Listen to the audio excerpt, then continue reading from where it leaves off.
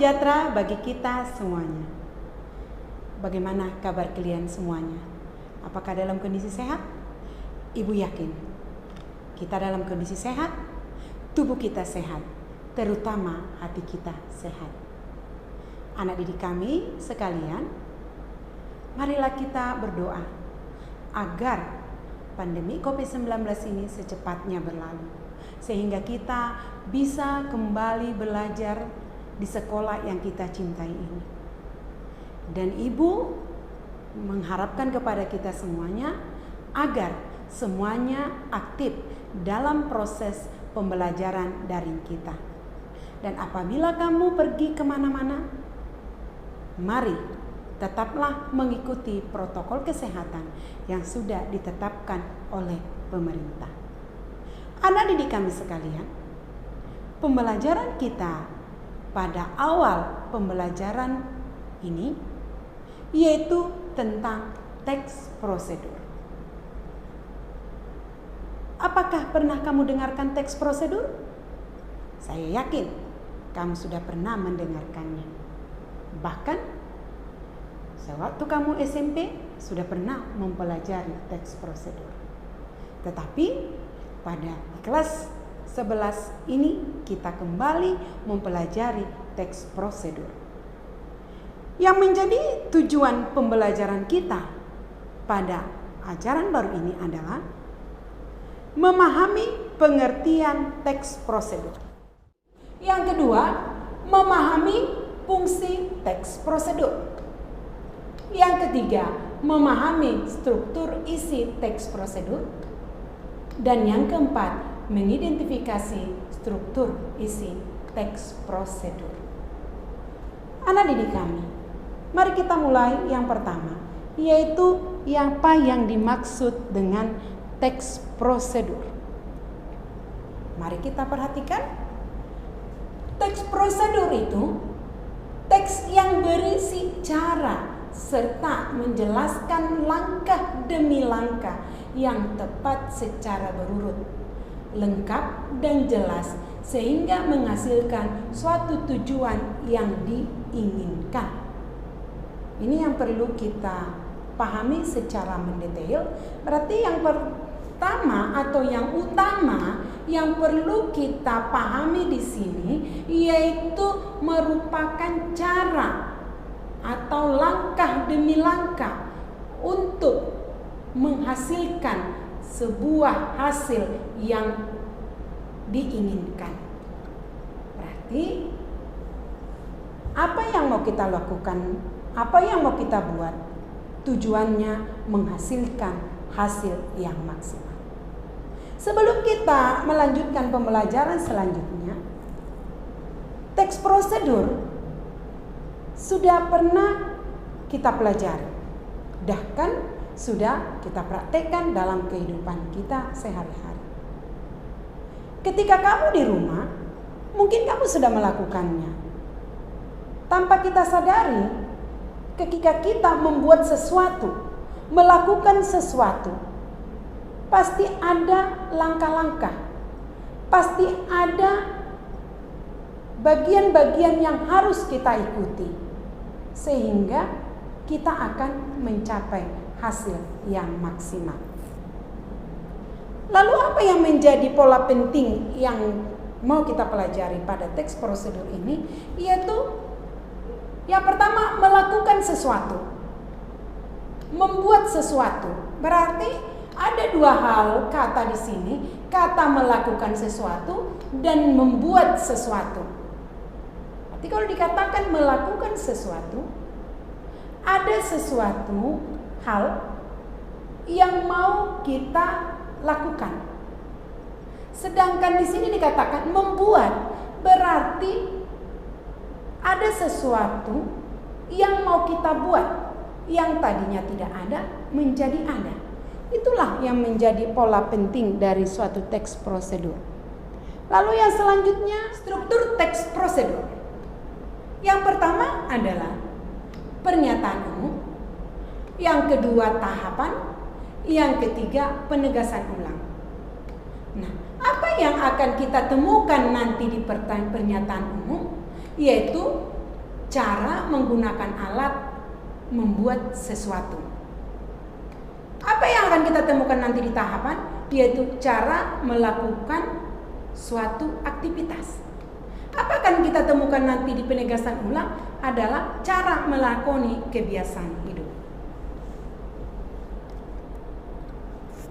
Atau dapat kita lihat lagi apa yang menjadi pernyataan umum itu berupa pengantar. Nah, ini yang perlu kita tekankan. Di dalam pernyataan umum itu adalah pengantar.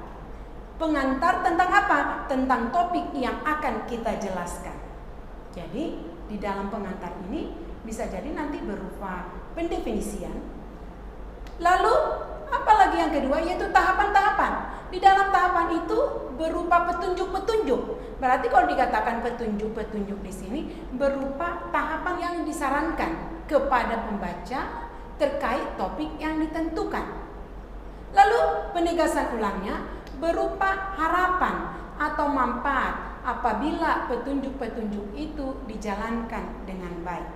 Harapan maksudnya yang akan dicapai. Selanjutnya mari kita secara mendetail lagi memahami struktur teks ini. Lalu saya akan memberikan contoh-contoh agar kamu lebih paham lagi bagaimana sebenarnya struktur teks prosedur. Kita lihat. Yang pertama tujuan tadi. Tujuan tadi adalah memberikan informasi secara langsung kepada pembaca yang akan dicapai dalam tindakan aktivitas. Saya berikan contoh, kita perhatikan. Komputer merupakan salah satu perangkat elektronik yang sering digunakan untuk memudahkan pekerjaan manusia. Sebelum digunakan, komputer kita harus mengikuti setiap prosedur bagaimana cara menghidupkan komputer dengan benar. Selanjutnya yaitu yang kedua, langkah-langkah. Berarti kalau dikatakan langkah-langkah, ini yang menjadi tahap-tahap yang akan kita lakukan di dalam membuat sesuatu hal. Contoh, di sini dikatakan berisi cara agar prosedur yang dilakukan dengan urutan yang benar. Nah, ini yang perlu kita tekankan agar prosedur yang dilakukan dengan urutan yang benar. Dengan urutan yang benar, dengan tahap-tahap yang benar, maka kita akan mencapai hasil yang maksimal. Itulah yang menjadi tujuan utama kita, menemukan atau mendapatkan hasil yang maksimal. Lalu contoh, ikutilah langkah-langkah berikut. Contoh ini seperti yang pertama itu adalah cara menghidupkan komputer ya.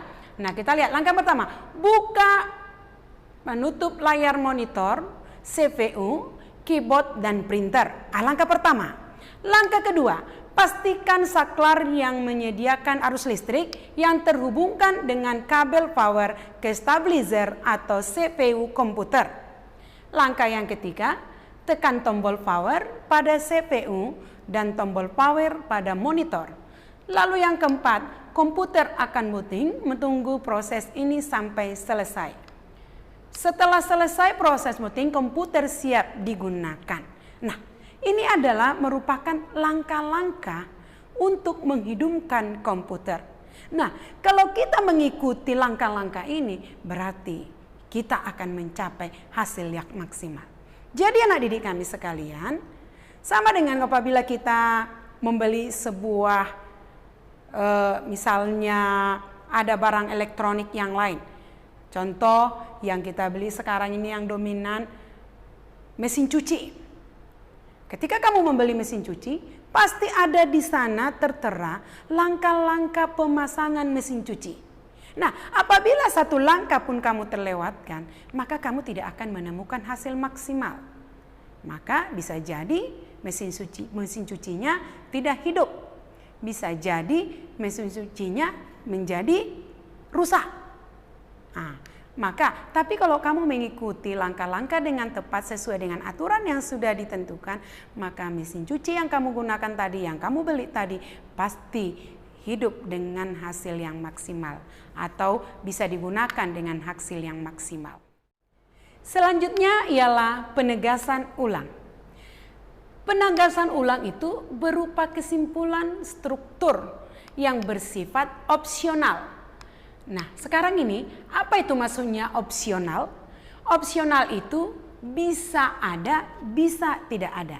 Jadi, dalam sebuah teks prosedur, yaitu penegasan ulang bisa ada, bisa tidak, tergantung teks prosedurnya.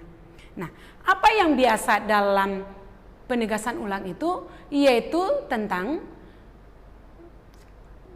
kita ambil contohnya, nah dengan mengikuti langkah-langkah di atas, maka kita sudah dapat menghidupkan komputer dengan tepat.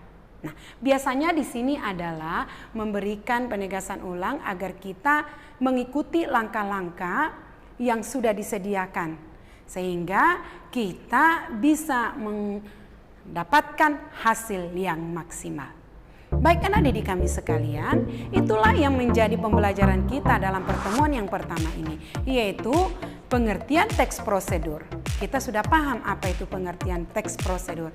Yang paling utama yang mau kita lihat adalah struktur teks prosedur. Kami harap kalian bisa memahami pembelajaran ini, lalu pemberian tugas nanti saya akan lanjutkan di Google Classroom. Melalui Google Classroom nanti saya akan sampaikan tugas-tugas kita selanjutnya. Sekian dan terima kasih. Salam SMP.